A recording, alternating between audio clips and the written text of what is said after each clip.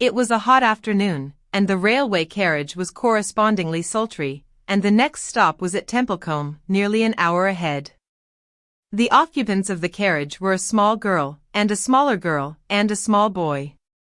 An aunt belonging to the children occupied one corner seat, and the further corner seat on the opposite side was occupied by a bachelor who was a stranger to their party, but the small girls and the small boy emphatically occupied the compartment.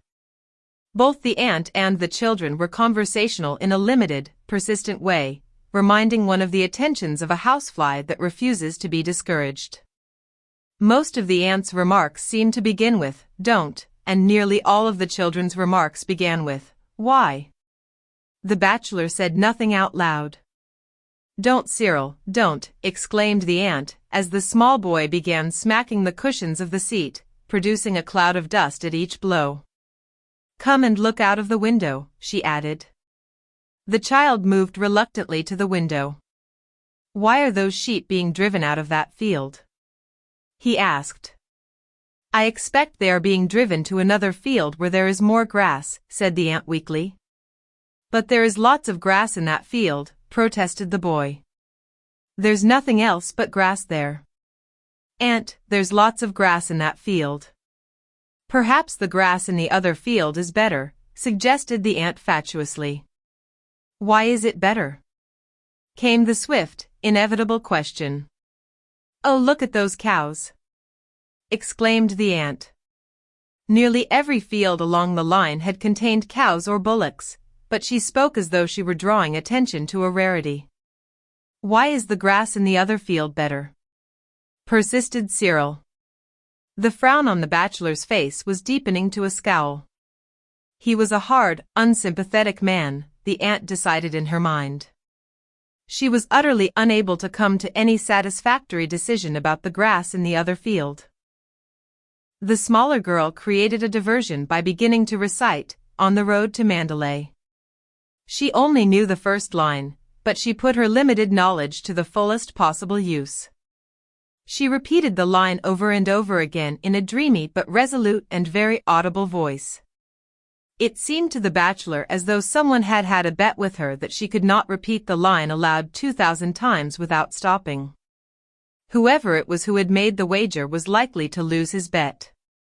"Come over here and listen to a story," said the aunt, when the bachelor had looked twice at her and once at the communication cord.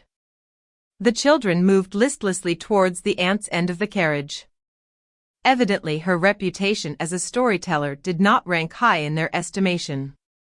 In a low confidential voice, interrupted at frequent intervals by loud petulant questionings from her listeners, she began an unenterprising and deplorably uninteresting story about a little girl who was good, and made friends with everyone on account of her goodness, and was finally saved from a mad bull by a number of rescuers who admired her moral character. "Wouldn't they have saved her if she hadn't been good?" demanded the bigger of the small girls. It was exactly the question that the bachelor had wanted to ask. "Well, yes," admitted the aunt lamely, "but I don't think they would have run quite so fast to her help if they had not liked her so much."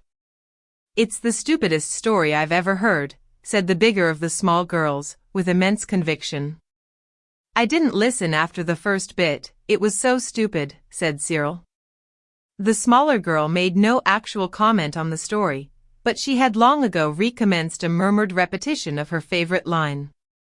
"You don't seem to be a success as a storyteller," said the bachelor suddenly from his corner.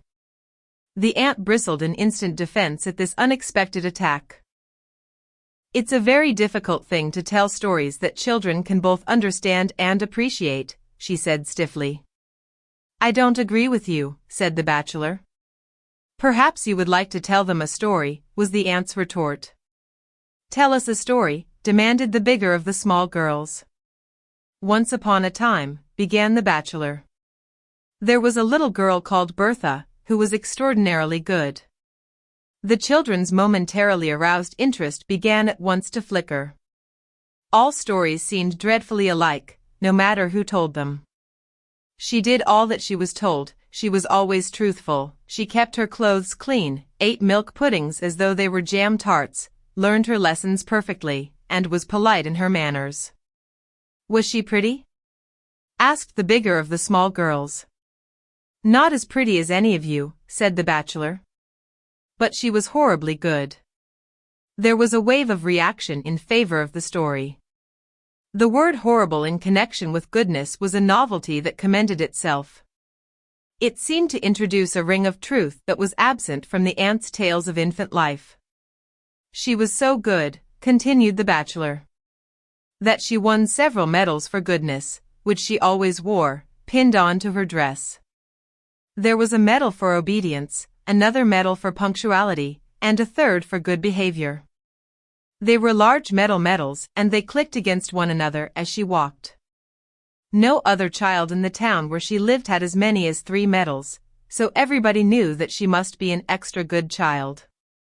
Horribly good, quoted Cyril. Everybody talked about her goodness, and the prince of the country got to hear about it, and he said that as she was so very good she might be allowed once a week to walk in his park, which was just outside the town.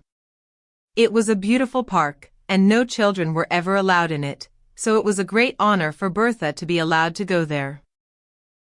Were there any sheep in the park? Demanded Cyril. No, said the bachelor. There were no sheep. Why weren't there any sheep? Came the inevitable question arising out of that answer. The aunt permitted herself a smile, which might almost have been described as a grin. There were no sheep in the park, said the bachelor. Because the prince's mother had once had a dream that her son would either be killed by a sheep or else by a clock falling on him. For that reason the prince never kept a sheep in his park or a clock in his palace. The aunt suppressed a gasp of admiration. Was the prince killed by a sheep or by a clock? Asked Cyril. He is still alive, so we can't tell whether the dream will come true, said the bachelor unconcernedly. Anyway, there were no sheep in the park, but there were lots of little pigs running all over the place. What color were they?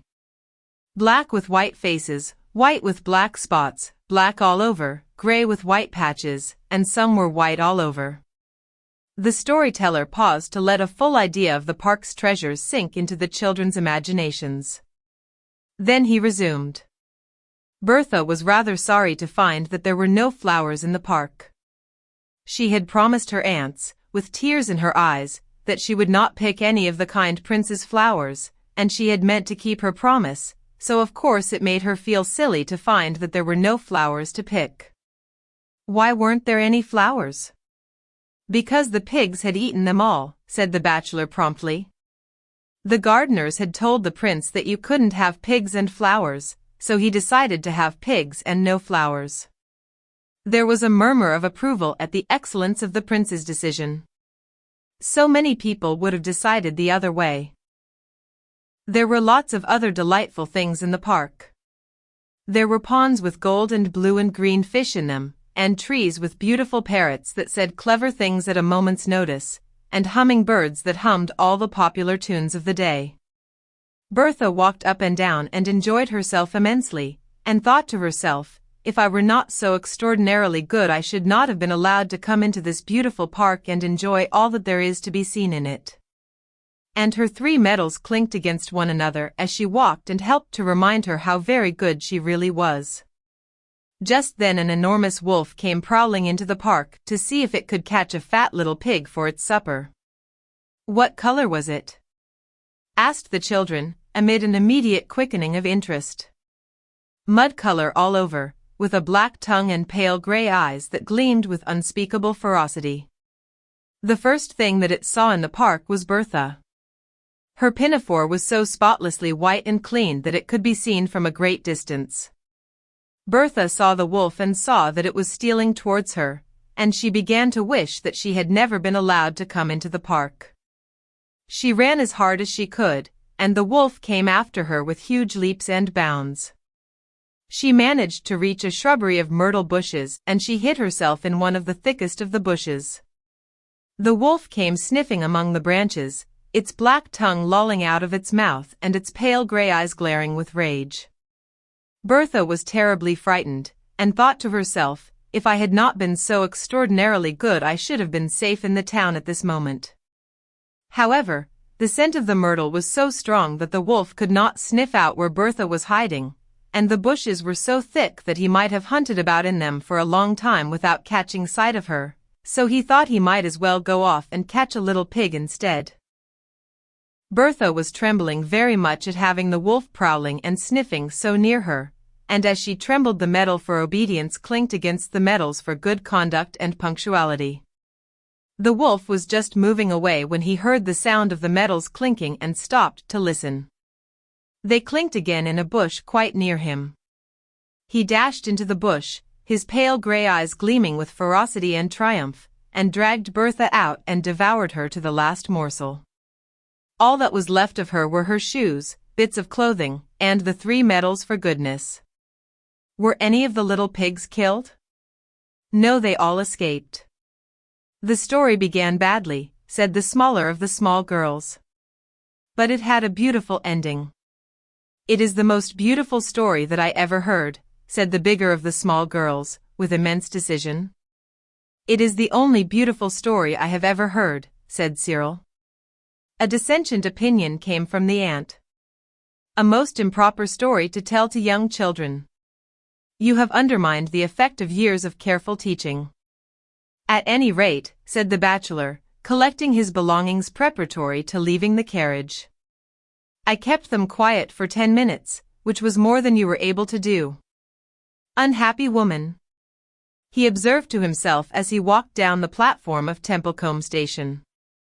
For the next 6 months or so, those children will assail her in public with demands for an improper story.